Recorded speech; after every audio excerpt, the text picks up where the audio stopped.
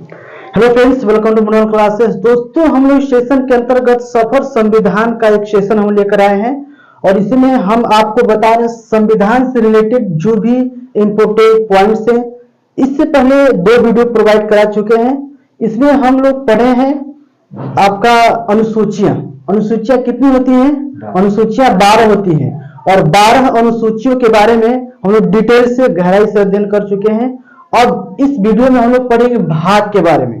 और भाग कितने होते हैं? 22 भाग होते हैं और जितने भी अनुच्छेद पढ़ने 395 अनुच्छेद हैं और टोटल के टोटल अनुच्छेद इस भाग के अंतर्गत ही हम लोग पढ़ेंगे, ठीक ना। हर एक भाग में कुछ न कुछ अनुच्छेद है। जैसे पहला भाग अगर लेंगे तो उसमें देखिए 1 से 4 है, दूसरा भाग लेंगे तो उसमें इसी प्रकार से अगर टोटल 22 भाग को करेंगे ना उसमें 395 अनुच्छेद हो जाएंगे। और आज हम लोग भाग के अंतर्गत पढ़ेंगे पहले भाग को, ठीक ना। तो चलिए हम लोग शुरुआत करते हैं। देखिए पहला भाग 1 में संघ और क्षेत्र के बारे में बताया गया है और इस भाग 1 के अंतर्गत अनुच्छेद 1 से लेकर अनुच्छेद 4 तक है। भाग 1 के अंतर्गत चलिए हम लोग देखते हैं। अगर अनुच्छेद 1 की बात करें तो अनुच्छेद 1 के अंतर्गत भारत राज्यों का संघ ये बताया गया है। भारत राज्यों का संघ है। इसमें हम आपको पीछे ही बता चुके हैं कि भारत में कितने राज्य हैं? 28 राज्य हैं और 8 केंद्र शासित प्रदेश या केंद्र शासित राज्य हैं। केंद्र शासित राज्य का मतलब होता क्या है? केंद्र शासित राज्य का मतलब यह होता है कि भारत सरकार का उस पर विशेष तौर पर अधिकार होता है ना। उस पर केंद्र का ही अधिकार टोटल होता है, उस पर राज्य का कोई अधिकार नहीं होता है। उसमें ज्यादातर मुख्यमंत्री केवल दिल्ली का जो दिल्ली है केंद्र शासित प्रदेश, उसी में केवल एक मुख्यमंत्री का चुनाव होता है। तो और जितने भी केंद्र शासित प्रदेश है ना उनमें मुख्यमंत्री नहीं होते, उन पे ज्यादातर राज्यपाल का अधिकार होता है, ठीक ना। वहां पर राज्यपाल शासन चलता है यहाँ पर। तो पहला अनुच्छेद में भारत राज्यों का संघ है। डायरेक्टली पूछ रहा है आपको, एग्जाम के अंतर्गत पूछता है कि भारत राज्यों का संघ है, यह किस अनुच्छेद में वर्णन है? तो अनुच्छेद नंबर 1। यहां तक क्लियर ना। अगर हम बात करें आपसे अनुच्छेद 2, बहुत इंपॉर्टेंट चीज है। अनुच्छेद 2 में क्या है? संसद को पावर दिया गया है, शक्तियां दिया गया है और संसद के पास इतना पावर है कि बिना राष्ट्रपति से पूछे हुए विदेशी राज्यों को अपने आप में मिला सकता है, विदेशी राज्य को भी अपने मिला सकता है संसद, इतना इसके पास पावर है। उसमें राष्ट्रपति से पूछने की कोई जरूरत नहीं है। अगर इसमें राष्ट्रपति टांग अड़ाएंगे कि नहीं हमसे भी थोड़ा बहुत मदद लो, हमसे भी पूछो, हम भी इस पर संशोधन करेंगे, तो इसके पास इतना पावर है कि राष्ट्रपति को हटा देगा। संसद के पास इतना पावर है कि राष्ट्रपति पर भी हटा सकता है महाभियोग लगाकर, है ना। महाभियोग आगे पढ़ाएंगे, एक कानून होता है जो राष्ट्रपति पर डायरेक्ट लगाकर उसके अंतर्गत उनको हटाया जा सकता है। मतलब हम ये कह सकते हैं कि अगर संसद कोई भी विदेशी राज्य को अपने आप में मिला रही है तो उसमें राष्ट्रपति को एकदम क्रीम की तरफ पहले हटा सकते हैं बिना पूछे जाचे। उनको कोई अधिकार नहीं है कि वो उसमें टांग अड़े। अगर मान लीजिए कि अगर नेपाल भारत में मिलना चाहता है, तैयार हो कि नहीं हम भारत में मिलेंगे, कोई उनको समस्या नहीं। अगर उसमें राष्ट्रपति टांग अड़ाए कि नहीं हम भी, हमारा भी अधिकार है, हम भी भारत के प्रथम नागरिक है। राष्ट्रपति भारत का प्रथम नागरिक होता है ना, भारत के प्रथम नागरिक है, इसके चलते हमसे भी पूछिए, हम भी संशोधन करेंगे तब मोहर लगाएंगे। इतना मतलब तो नेपाल दिमाग बदल गया, कौन सा ठीक। तो ये पूरा का पूरा अधिकार है संसद को कि वह राष्ट्रपति के बिना हस्तक्षेप किए हुए वो किसी राज्य को मिला सकता है। क्या आपको पता है कि सिक्किम पहले भारत का राज्य नहीं था, वो विदेश था। सिक्किम विदेश था, चीन और भारत के बीच में एक छोटा सा देश था। 1959 में चीन मार मार के सिक्किम वालों को अपने मिलाने लगा, तब तबाह हो गया सब सिक्किम के जो भी थे। तो उन्होंने भारत से मदद मांगा और उसमें भारत के प्रधानमंत्री थे पंडित जवाहरलाल नेहरू। उन्होंने पंडित जवाहरलाल नेहरू से कहा कि हम भारत में मिलना चाहते हैं। तो पंडित जवाहरलाल नेहरू तैयार हो गए कि ठीक है मिल जाओ, क्या दिक्कत है, भारत में मिल जाओ। तो सिक्किम के जो भी मेन राष्ट्रपति चाहे प्रधानमंत्री होंगे उन्होंने कहा कि हम कैसे विश्वास करें आपके ऊपर कि हम मिल जाएंगे, आप हमारे साथ दो तरह का व्यवहार नहीं करेंगे, कैसे भरोसा करें? कहा कि ऐसा है ना, जब भरोसा नहीं है तो आप एक आध 2 साल तक भारत में आकर मिल जाइए, जब अच्छा लगेगा तो रहिएगा, नहीं अच्छा लगेगा तो छोड़ दीजिएगा, चले जाइएगा। तो कहा हाँ ये ठीक बात कहे। तो उस समय 35वां संविधान संशोधन किया गया और सिक्किम राज्य को भारत का सह राज्य घोषित किया गया। ध्यान रखिएगा, बहुत इंपॉर्टेंट चीज है। 35वां संविधान संशोधन के अंतर्गत सिक्किम राज्य को भारत का सह राज्य, पूरा राज्य नहीं, हल्का मतलब अधूरा राज्य में सह राज्य घोषित किया गया। और सिक्किम वाले भारत में 2 साल 3 साल तक खूब रहे, घुल मिल कदम, ताजमहल सब घूमे, लाल किला। अब उनको लगा कि नहीं ना बहुत अच्छा है। अब यहाँ कल्चर ही ऐसा है, अतिथि देवो भव, है कि नहीं? मतलब कि अतिथि या बाहर के कोई भी सज्जन आते हैं उनके लिए हम लोग बहुत रिस्पेक्ट रखते हैं। अगर खाने के लिए भी नहीं होगा ना, बाहर से पड़ोसी से मांग कर लाएंगे, लेकिन उसके लिए अच्छा भोजन देते हैं कि नहीं? ये भारत के खून में है, समझ, ये खून में सीख कर नहीं करते हैं, ये भारत की संस्कृति है। इस भारत की संस्कृति को देखकर सिक्किम वाले बहुत प्रभावित हुए। एकदम बिना पासपोर्ट वीजा हो जाएगा, कहीं भी घूम सकता था भारत में आकर। एकदम बिहार भी आया था, ऐसा बात नहीं है ना, बिहार भी घूमा, बोध गया घूमा, लाल किला, सब बहुत अच्छा उनको लगा। और सबका व्यवहार भी बहुत अच्छा लगा यहाँ का। उनको लगा ही नहीं कि हम दूसरे विदेश में घूम रहे हैं, उनको लगा कि नहीं हम अपने ही देश में घूम रहे हैं। तब उन्होंने कहा कि हाँ अब हम मिल सकते हैं भारत में। और तब 36वां संविधान संशोधन किया गया, फिर से 36वां संविधान संशोधन किया गया और उस समय भारत का 22वां पूर्ण राज्य का उसको दर्जा दिया गया। किसको? सिक्किम को। भारत का 22वां राज्य, याद रखिएगा 22वां राज्य कब बना? 16 मई 1975 को। भारत 1947 को हम आजाद हो गया था, लेकिन अब 1975 मिला है कर 16 मई 1975 को भारत का 22वां राज्य मिला। किस संशोधन के अंतर्गत? 36वां संविधान संशोधन के अंतर्गत भारत में आकर मिला। इस प्रकार से अभी तो हम पहला बार जब पढ़े ना तो हमको खुद यकीन नहीं हुआ कि ये सिक्किम भारत में नहीं था, विदेश में था। आप लोग को भी यकीन नहीं होगा कि पहले विदेश था सिक्किम। शुरुआत से पढ़ते आते सिक्किम की राजधानी कहाँ है? गंगटोक। शुरुआत से याद कर रहे हैं ना, लेकिन जब पढ़िएगा गहराई से ना तो भारत में नहीं था, ये एक विदेश था और विदेश को भारत में मिलाया गया उनके अंतर पंडित जवाहरलाल नेहरू के समय, है ना। यहां तक क्लियर हुआ ना? तो आप सीधा कह सकते हैं कि जो अनुच्छेद 2 है, संसद की शक्ति दिया गया है किसी विदेशी राज्य को भारत में बिना किसी राष्ट्रपति के कहे हुए, बिना किसी राष्ट्रपति के सलाह पर आराम से मिला सकता है। यहां तक क्लियर हुआ?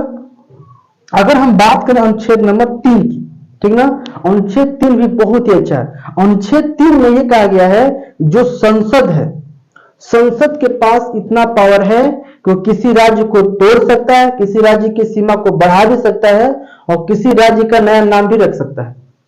अगर मान लो कि बिहार का नाम, अगर मान लो कि कोई दूसरा चीज रखना है, कोई भी मान लीजिए बौद्ध बिहार रखना है, मान लो बिहार का नाम बौद्ध बिहार रखना है, ये पावर है संसद के पास।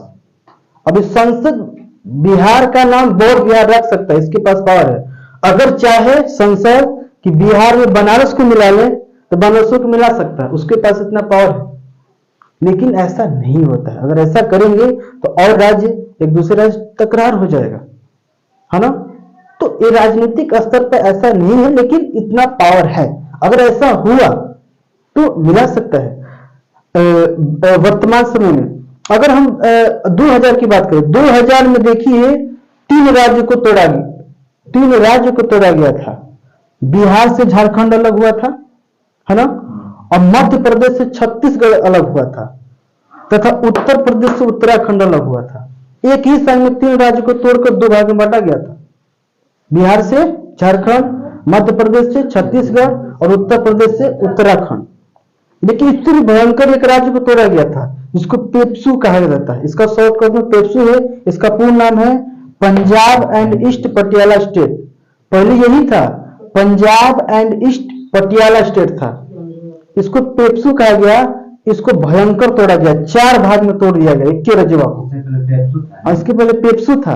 अब पेप्सू को जब 4 खंड में तोड़ा गया ना, तो देखो ये तोड़ा गया किस, यहां से क्वेश्चन टच करता है कि पेप्सू अर्थात Punjab and east Patiala state को किस आयोग के अंतर्गत तोड़ा गया? तो 1966 के शाह आयोग के अंतर्गत। याद रखिए, बहुत बार पूछा हुआ है कि 1966 के शाह आयोग के अंतर्गत पेप्सू राज्य को तोड़ा गया। अब आप खुद समझ लीजिए, एक राज्य को 4 टुकड़ा में तोड़ दीजिएगा, कहां कहां होगा? बहुत इसका विखंडन हो गया।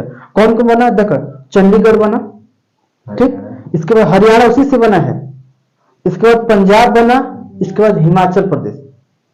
4 राज्य बने। कौन कौन से? चंडीगढ़, हरियाणा, पंजाब, हिमाचल प्रदेश।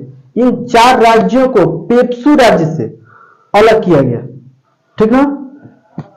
तो ये आपको जो अनुच्छेद 3 है, ये संसद के पास पावर देता है कि आप किसी भी राज्य को सीमा बढ़ा सकते हैं या उसका नामकरण कर सकते हैं। अगर मान लीजिए अगर जिला का नामकरण करना है ना, तो इसमें भी राष्ट्रपति का ही वो होता है।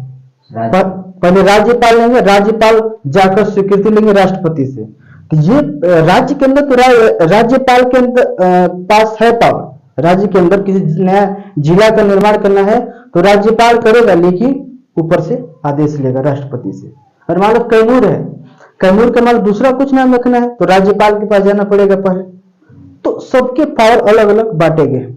यहां तक 3 बात क्लियर हुआ। देखिए, पहला अनुच्छेद में क्या है? भारत राज्यों का संघ है। भारत में 28 राज्य तथा 8 केंद्र शासित प्रदेश हैं। अगर दूसरी बात करें तो केंद्र संसद को शक्तियां हैं।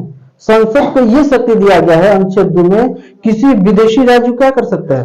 अपने मिला सकता है। उसी के अंतर्गत सिक्किम को मिलाया गया था। सिक्किम को मिलाया गया था, याद रखिए, 16 मई 1975 को 22वां राज्य बना था। 22वां राज्य बना था और 36वां संविधान संशोधन करके बनाया गया था। हाँ, 36वां संविधान संशोधन करके पूर्ण राज्य। और सह राज्य, सह राज्य यहाँ नहीं पूछता। सह राज्य बड़ा बड़ा एग्जाम है, जैसे यूपीएससी और बीपीएससी पूछ देता है, क्योंकि इस पर लोग ध्यान नहीं देते हैं। सह राज्य कब बना था? तो सह राज्य 35वां संविधान संशोधन करके सह राज्य सिक्किम को बनाया गया था। अभी बहुत लोग यही नहीं पता था कि सिक्किम भारत में पहले था कि नहीं। आप लोगों को मालूम था? विदेश था, लेकिन ये भारत में 1975 मिला है। ऐसे बहुत है। गोवा ले लीजिए ना, गोवा बाद में 1961 में हुआ है, भारत में आजाद हुआ है। गोवा हम लोग का देश नहीं था, लेकिन आजाद नहीं हुआ था। वहां के एरिया पुर्तगालियों का उसमें था। तो वो बहुत सारे ऐसे हैं जो बाद में फिर वो आजाद हुए हैं, लेकिन ये भी उसमें से एक था। इसके बाद हम लोग अनुच्छेद 4 को देख लेते हैं। भाग 1 कंप्लीट हो जाएगा। अनुच्छेद 4 में कुछ विशेष नहीं है। अनुच्छेद 4 में बताया क्या गया है? अनुच्छेद 4 में बताया गया है कि अनुच्छेद 2 तथा अनुच्छेद 3, अनुच्छेद 2 तथा अनुच्छेद 3 जब लागू होंगे, जब संसद द्वारा अनुच्छेद 2 और अनुच्छेद 3 लागू होंगे, उसमें राष्ट्रपति कुछ नहीं बोलेंगे। इसमें राष्ट्रपति का कोई अधिकार नहीं बोलने का। हाँ, अनुच्छेद 4 में ही बताया है, जब अनुच्छेद 2 और 3 लागू होंगे तो उसमें राष्ट्रपति हस्तक्षेप नहीं कर सकते हैं। राष्ट्रपति कुछ नहीं बोल सकते हैं कि ऐसा काम क्यों कर रहे हैं, आप किसी राज्य को तोड़ क्यों रहे हैं, किसी राज्य का नाम नया क्यों रख रहे हैं। ये टोटल का टोटल पावर किसके ऊपर है? संसद के पास। हाँ, अगर संसद चाहे तो उनको दे सकते कि नहीं, ठीक है आप भी इस पर अपना विचार दीजिए, लेकिन टोटल का टोटल पावर होगा किसके पास? संसद के पास। मतलब कि इस दोनों अनुच्छेद में संसद की दबंगई है, ठीक ना। अनुच्छेद 2 और अनुच्छेद 3। अनुच्छेद 4 क्या कहता है? इन दोनों अनुच्छेद को जब लागू किया जाएगा तो राष्ट्रपति इसमें कोई अड़ंगा नहीं लगाएगा। ऐसी बातें कही गई। अनुच्छेद 4 ये कहता है कि अनुच्छेद 2 तथा अनुच्छेद 3 का जब प्रयोग होगा, कौन प्रयोग करेगा? संसद प्रयोग करेगा। कौन करेगा? संसद। उसमें राष्ट्रपति को यह कोई अधिकार नहीं है इसमें हस्तक्षेप करे। राष्ट्रपति चुपचाप मोड़ी नीचे करके देखी, हाँ, खाली संसद उसमें एक्शन लेगा, ठीक ना। ऐसा नहीं है, नहीं, गुस्सा का बात नहीं है। ऐसा नहीं है कि राष्ट्रपति को साफे अधिकार नहीं है, राष्ट्रपति को भी है, लेकिन राष्ट्रपति अगर विरोध करते हैं, देखो अगर कोई भी गलत काम है विरोध करिए तो चलेगा, है ना। लेकिन अगर ठीक ठाक काम है, आप अपने पद का खतरे, हम भी राष्ट्रपति हैं, हमारा भी तो कुछ महत्व है, हमसे पूछिए। ठीक भैया, तू भारत का मान लो मालिक, एक तरह से पूरे शक्ति का तो मेन हेड है वही राष्ट्रपति, तीनों सेनाओं का हेड होता है राष्ट्रपति, समझ लीजिए। तो पूरे भारत का पावर उसके पास है। ठीक है, पावर है, पावर के दम पर ही भारत को सुरक्षित रखा जा सकता है, ये भी उचित बात है। बट कुछ ऐसे पावर हैं जिसका आप मिसयूज नहीं कर सकते, जिसके आगे आपको झुकना पड़ेगा। जैसे आपको अनुच्छेद 3 और अनुच्छेद 2 में जो बातें कही गई हैं, आप उसका विरोध नहीं कर सकते, क्योंकि संसद जो भी करेगा वो देश के भले के लिए ही करेगा। अगर कोई दूसरा विदेशी राज्य भारत में मिलता है और भारत का विस्तार होता है और भारत और बड़ा होता है, तो क्या दिक्कत है इसमें? कोई दिक्कत है नहीं ना, तो अच्छी बात है, भारत में मिल जाना चाहिए। अगर पाकिस्तान हाथ जोड़ के खड़ा हो गया भारत में मिला ला, तो क्या मिलाना चाहिए? क्या मिलाना चाहिए कि नहीं? हमारे ख्याल से तो नहीं मिलना चाहिए। वैसे क्या बोलते, विश्वासघाती आदमी को अगर साथ में रखेंगे तो आपको हानि ही होगा, हानि होगा। लेकिन अगर नेपाल कर दे कि भैया मिलेंगे, ठीक ठाक, वो शांति एरिया है, और भूटान कर दे मिल जाएंगे, ठीक है, आकर मिल जाओ, क्या दिक्कत है?